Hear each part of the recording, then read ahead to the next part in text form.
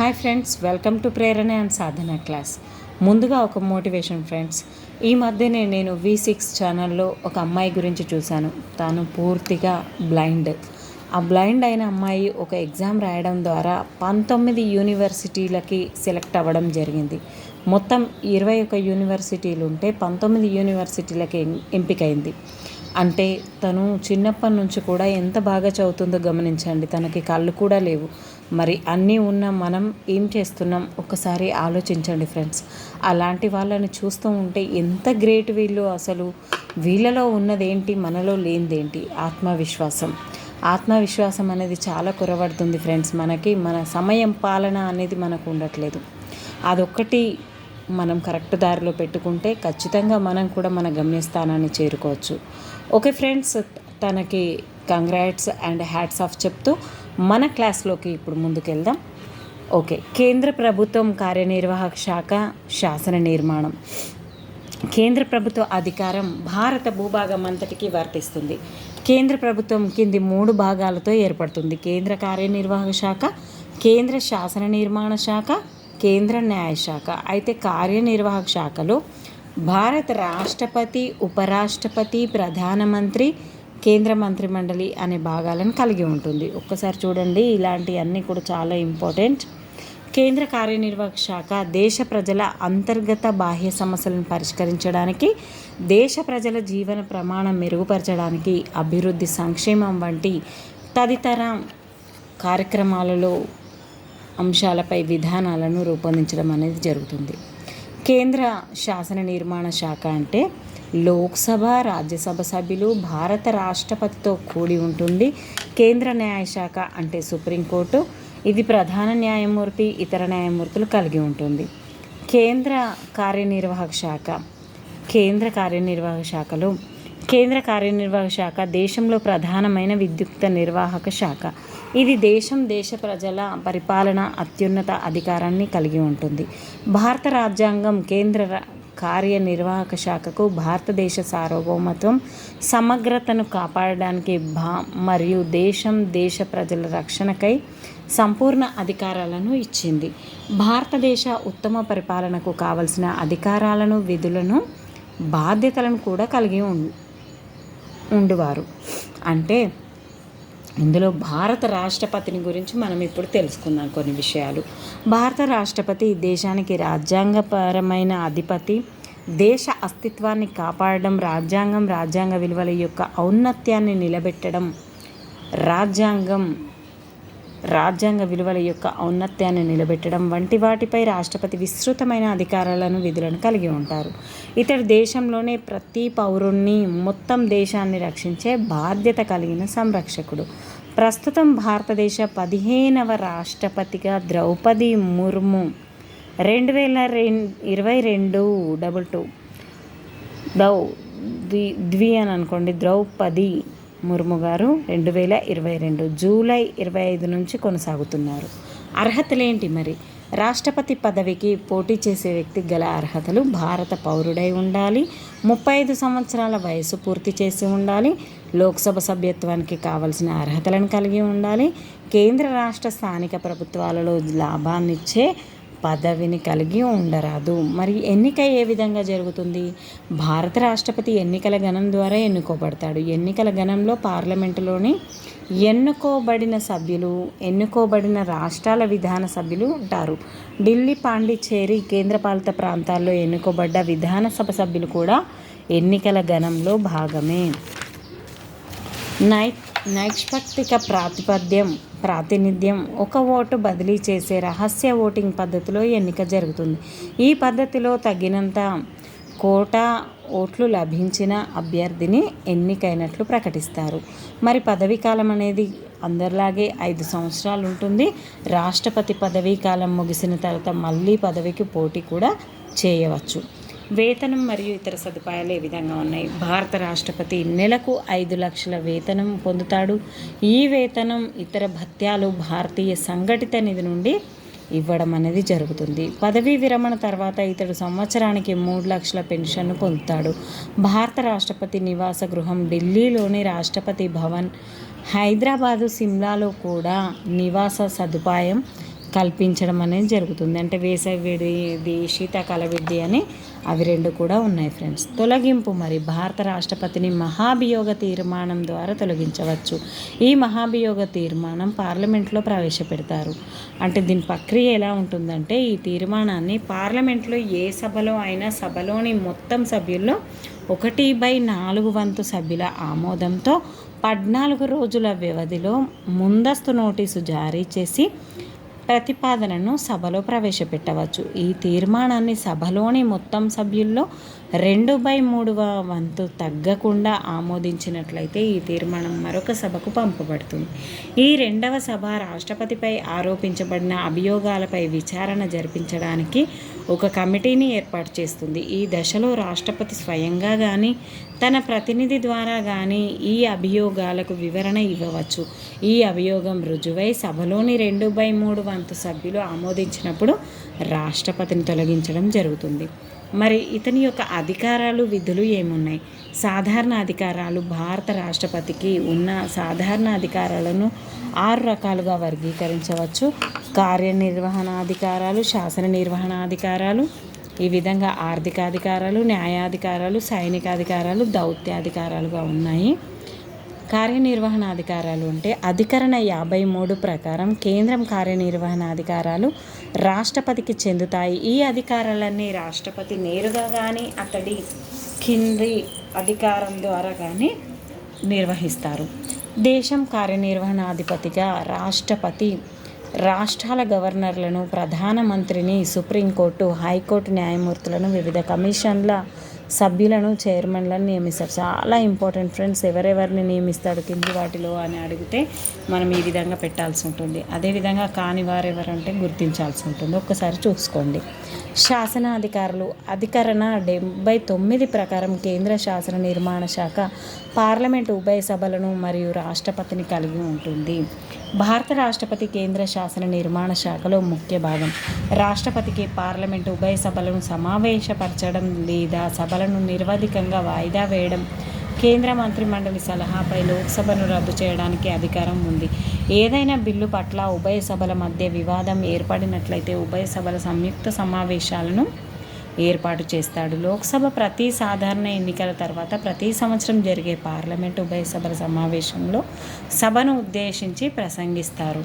రాష్ట్రపతి లోక్సభకు 2 ఆంగ్లో ఇండియన్లను, రాజ్యసభకు 12 మందిని నామినేట్ చేస్తాడు. ఈ మధ్య దీన్ని తొలగించడం జరిగింది ఫ్రెండ్స్. లోక్సభకు 2 అనేది తొలగించేశారు. అందుకనే ఇప్పుడు 543 మెంబర్స్ మాత్రమే ఉన్నారు. అంతకుముందు 545 మెంబర్స్ ఉండేవాళ్ళు. లోక్సభ చేత ఆమోదించబడ్డ బిల్లులు రాష్ట్రపతి సంతకం చేసిన తర్వాత మాత్రమే చట్టాలుగా రూపొందుతాయి. రాష్ట్రపతి ఒక బిల్లును అనుమతించవచ్చు లేదా అనుమతిని వాయిదా వేయచ్చు లేదా పార్లమెంటు పునఃపరిశీలన కోసం కూడా తిప్పి పంపవచ్చు. ఒకవేళ పార్లమెంట్ రెండవసారి ఆ బిల్లును ఆమోదించినట్లయితే రాష్ట్రపతి తప్పనిసరిగా అనుమతించవలసి ఉంటుంది. ద్రవ్య బిల్లులు లేదా కొత్త రాష్ట్రాలకు ఏర్పరచడం, రాష్ట్రాల సరిహద్దులను మార్చడం వంటి కొన్ని బిల్లులను పార్లమెంటులో ప్రవేశపెట్టడానికి రాష్ట్రపతి ముందస్తు అనుమతి అనేది అవసరం. ఒక రాష్ట్ర శాసన నిర్మాణ శాఖ ఆమోదించిన బిల్లును రాష్ట్రపతి అనుమతి కొరకు ఆ రాష్ట్ర ప్రభుత్వం పంపవచ్చు. అధికరణ 123 ప్రకారం పార్లమెంటు ఉభయ సభల సమావేశంలో లేనప్పుడు రాష్ట్రపతి ఆర్డినెన్స్లను జారీ చేయవచ్చు. ఇటువంటి ఆర్డినెన్స్లు పార్లమెంట్ జారీ చేసిన చట్టాలతో సమానమైన అధికారాలను, ప్రభావాన్ని కలిగి ఉంటాయి. మరి ఆర్థిక అధికారాలు అంటే రాష్ట్రపతి ప్రతి ఆర్థిక సంవత్సరానికి భారత ప్రభుత్వం తన సంవత్సరం బడ్జెట్ను పార్లమెంటు ఉభయ సభల్లో ప్రవేశపెట్టేలా చూస్తాడు. రాష్ట్రపతి భారత సంఘటిత నిధిని నిర్వహిస్తాడు. రాష్ట్రపతి ముందస్తు అనుమతి లేకుండా ద్రవ్యాన్ని ఖర్చు చేయడం, ప్రభుత్వం రెవెన్యూను పెంచడం వంటి ప్రతిపాదనలను పార్లమెంట్లో ప్రవేశపెట్టారు. అది ప్రతి 5 సంవత్సరాలకు ఆర్థిక సంఘం అధ్యక్షుడిని, ఇతర సభ్యులను నియమిస్తాడు. ఆర్థిక సంఘం మరియు భారత కంట్రోలర్, ఆడిటర్ జనరల్ తమ నివేదికలు పార్లమెంట్లో ప్రవేశపెడతారు. మరి న్యాయాధికారులు ఏమున్నాయి? రాష్ట్రపతి సుప్రీంకోర్టు, హైకోర్టు ప్రధాన న్యాయమూర్తులను, ఇతర న్యాయమూర్తులను నియమిస్తాడు. రాష్ట్రపతి కోర్టు విధించిన శిక్షను తగిన కారణం ఉన్న పక్షంలో తాత్కాలికంగా నిలిపివేయవచ్చు. శిక్షలు పడకుండా అమలు కాకుండా వాయిదా వేయడానికి, ఒక రకమైన శిక్షను వేరొక రకం శిక్షగా మార్చడానికి, శిక్షను పూర్తిగా రద్దు చేసి క్షమాభిక్ష పెట్టడానికి కూడా అధికారం అనేది ఉంది. అధికరణ 143 ప్రకారం, ఇది చాలా ఇంపార్టెంట్ ఫ్రెండ్స్, 143, రాష్ట్రపతి జాతీయ ప్రాధాన్యత గల అంశాలపై న్యాయపరమైన సలహాలు తెలుసుకోగలడు. సైనిక అధికారాలు, రాష్ట్రపతి దేశానికి సర్వసైన్యాధ్యక్షుడు, ఇతడికి యుద్ధాన్ని ప్రకటించడం, సంధి ఒడంబికలు చేయడం లాంటి అధికారాలు కలవు. దౌత్య అధికారాలు, రాష్ట్రపతి ఇతర దేశాలకు భారత దౌత్య రాయబారులను నియమిస్తాడు మరియు ఇతర దేశాలు భారతదేశానికై నియమించిన రాయబారుల అధికార పత్రాలను స్వీకరిస్తాడు. అన్ని అంతర్జాతీయ ఒప్పందాలు, సంధి ఒడంబడికలు రాష్ట్రపతి పేరు మీదనే జరుగుతాయి. అత్యవసర అధికారాలు, మరి భారత రాష్ట్రపతి రాజ్యాంగం రాష్ట్రపతికి 3 రకాలైన అత్యవసర అధికారాలను ఇవ్వడం జరిగింది.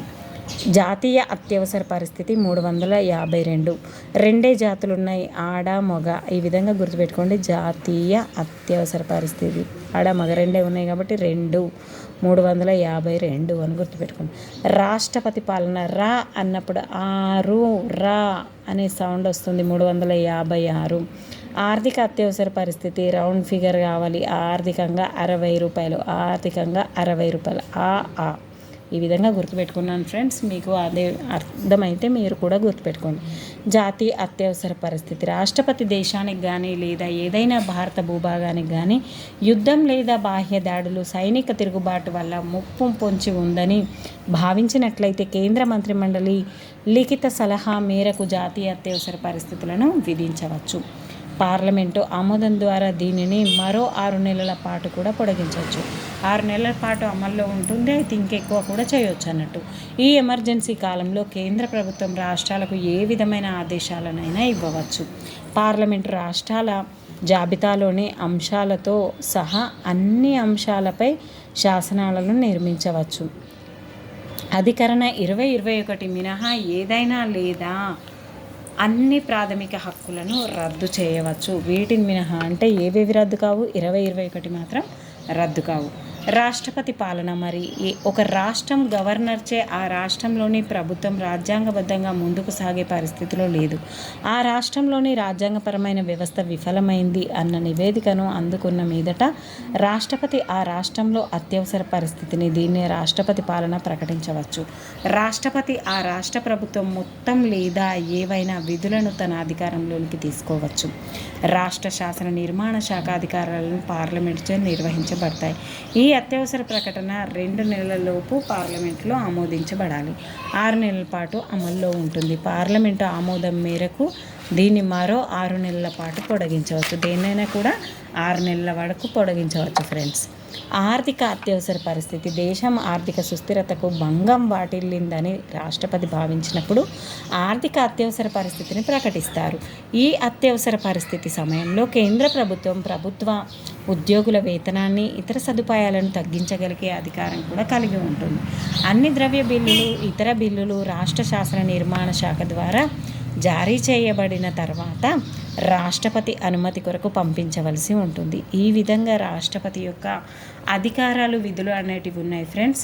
మరి రాజ్యాంగం అమల్లోనికి వచ్చినప్పటి నుంచి ఇప్పటి వరకు మరి ఆర్థిక అత్యవసర పరిస్థితి అనేది అయితే విధించబడలేదు. క్రింది వాటిలో దేన్ని విధించబడలేదు అంటే ఆర్థిక అత్యవసర పరిస్థితి అని చెప్పాలి. అదేవిధంగా భారత రాష్ట్రపతులు ఇప్పుడున్న ద్రౌపది ముర్ము వరకు రాజేంద్ర ప్రసాద్, సర్వేపల్లి రాధాకృష్ణన్, జాకీర్ హుస్సేన్, మరి తాత్కాలికంగా వరాహగిరి వెంకటగిరి, మహమ్మద్ హిదాయతుల్లా, అదేవిధంగా బసప్ప దానప్ప జట్టి, ఈ ముగ్గురు కూడా వెంకటగిరి, హిదాయతుల్లా, జట్టి, ఈ ముగ్గురు కూడా తాత్కాలికంగా రాష్ట్రపతులుగా వ్యవహరించారు. 4వ వ్యక్తి వరాహగిరి వెంకటగిరి, ఫక్రుద్దీన్ అలీ అహ్మద్, నీలం సంజీవరెడ్డి, నీలి 6, జ్ఞాని జైల్ సింగ్, రామస్వామి వెంకటరామన్, శంకర్ దయాళ్ శర్మ, కొచరణ్ దామన్ నారాయణన్ అంటే కేఆర్ నారాయణన్, ఏపీజే అబ్దుల్ కలీం, ప్రతిభా పాటిల్, ప్రణబ్ ముఖర్జీ, రామ్నాథ్ కోవింద్, ద్రౌపది ముర్ము. మరి వీటిని మొదటి అక్షరాలతో నేను ఈ విధంగా చేయడం జరిగింది. రారా అంటే రాజేంద్ర ప్రసాద్, రాధాకృష్ణన్. జావా జాకిర్ హుస్సేన్, జావే వెంకటగిరి అంటే వరాహగిరి వెంకటగిరి, జావే. ఫక్రుద్దీన్ అలీ అహ్మద్, నీ అంటే నీలం సంజీవరెడ్డి, జ్ఞ అంటే జ్ఞాని జైల్ సింగ్, మళ్ళీ వే అంటే వెంకటరామన్, షా అంటే శంకర్ దయాళ్ శర్మ, నా అంటే కేఆర్ నారాయణన్, అదేవిధంగా ఆ అంటే అబ్దుల్ కలాం, ప్రా అంటే ఫస్ట్ లేడీ వచ్చింది ప్రతిభా పాటిల్. లేడీస్ ఫస్ట్ అని గుర్తుపెట్టుకోండి. ప్రా అన్నప్పుడు ప్రతిభా పాటిల్, తర్వాత ప్రణబ్ ముఖర్జీ, తర్వాత రామ్నాథ్ కోవింద్, తర్వాత ద్రౌపది ముర్ము. దీన్ని ఒక 2-3 సార్లు చదివితే కానీ రాదు ఫ్రెండ్స్. రారా జావే ఫనీ, రారా జావే ఫనీ, జ్ఞానేశన అప్రప్ర రాద్రౌ, రారా జావా ఫనీ, జ్ఞావేశన అంటే ఆవేశంగానా అన్నట్టుగా, జ్ఞావేశన అప్రప్ర రాద్రవ్. ఈ మొదటి అక్షరాలతో ఖచ్చితంగా మీరు గుర్తుపెట్టుకుంటారనుకుంటున్నాను. ఎందుకంటే మనకు ఇందులో వరుస క్రమంలో అమర్చండి అన్నప్పుడు మనకు చాలా ఇంపార్టెంట్గా పెట్టవచ్చు ఫ్రెండ్స్. అదేవిధంగా ఉపరాష్ట్రపతి యొక్క విధులు కూడా ఇవ్వడం జరిగింది. మరి ఇతని అర్హతలు కూడా సేమ్గా ఉన్నాయి. ఆల్మోస్ట్ సేమ్ పదవీ కాలం అనేది 5 సంవత్సరాలు. అదేవిధంగా ఇతని వేతనం ఏంటంటే 4 లక్షలు ఉంటుంది. తొలగింపు విధానం, భారత ఉపరాష్ట్రపతి తొలగింపు తీర్మానం కేవలం రాజ్యసభలో మొత్తం సభ్యులు 1/4 సభ్యుల అనుమతితో ప్రవేశపెట్టాలి. 14 రోజుల ముందస్తు నోటీసు అనేది ఇవ్వడం జరుగుతుంది. మరి ఉపరాష్ట్రపతి రాజ్యసభ చైర్మన్గా వ్యవహరించడం జరుగుతుంది. అంతేకాకుండా తాత్కాలిక రాష్ట్రపతిని తొలగించినా, రాజీనామా చేసినా లేదా మరణించినా కానీ ఉపరాష్ట్రపతి రాష్ట్రపతిగా వ్యవహరిస్తాడు. రాష్ట్రపతిగా 6 నెలలు మాత్రమే వ్యవహరించగలడు. ఈ సమయంలో అతడు భారత రాష్ట్రపతికి గల వేతనం, ఇతర సదుపాయాలను అందుకుంటారు. రాజ్యసభ చైర్మన్ హోదాలో ఎలాంటి వేతనాన్ని, ఇతర సదుపాయాలను అందుకోరు. ఎందుకంటే రాష్ట్రపతి అవుతాడు కాబట్టి. ఈ విధంగా భారత ఉపరాష్ట్రపతుల్లో మొదటి నుంచి ఇప్పటి వరకు 14 మంది ఉన్నారు ఫ్రెండ్స్. 2022 ఆగస్టు 11 నుంచి ప్రస్తుతం జగదీష్ ధనకర్ గారు ఉన్నారు. మరి first person Sarvepalli Radhakrishnan, Zakir Hussain, Varahagiri Venkatagiri, Gopal Swarup Pathak, Basappa Danappa Shetty, justice Mohammad Hidayatullah, Ramaswamy Venkataraman, Shankar Dayal Sharma, Kocheril Raman Narayanan, K R Narayanan అన్నట్టు, కృష్ణకాంత్ బైరాన్ సింగ్ షెకావత్, మహమ్మద్ హమీద్ అన్సారీ, ముప్పవరపు వెంకయ్య నాయుడు, జగదీష్ ధనకర్. ఒక్కసారి చూడండి ఫ్రెండ్స్. వీటిని వరుస క్రమంలో అవసరం అంటే చూడండి, లేదంటే లేదు. మీకు ఏవైనా క్లూస్ ఉంటే ఖచ్చితంగా నాకు కూడా ఫార్వర్డ్ చేయండి friends. Thank you friends, thank you everyone. మీరు ఇలాగే నన్ను ఆదరిస్తూ ఉండాలని ఆశిస్తూ ఖచ్చితంగా మీ గమ్యాన్ని చేరుకోవాలని కోరుకుంటూ ఇంతటితో ఈ క్లాస్ను ముగిస్తున్నాను. మరొక క్లాస్లో మళ్ళీ కలుద్దాం. ప్రధానమంత్రి గురించి తెలుసుకుందాం ఫ్రెండ్స్. మీకు ఈ క్లాసెస్ నచ్చుతున్నాయని అనుకుంటున్నాను. ప్లీజ్ కామెంట్ చేయండి, లైక్ చేయండి, షేర్ చేయండి, సబ్స్క్రైబ్ చేయండి ఫ్రెండ్స్. మీరు ఈ మధ్య నాకు ఎలాంటి కామెంట్స్ కూడా పెట్టట్లేదు. మరి ఎలా ఉన్నాయో తెలిస్తే కదా నేను ముందుకు వెళ్ళేది. Please friends, cooperate me. Thank you. Keep smiling.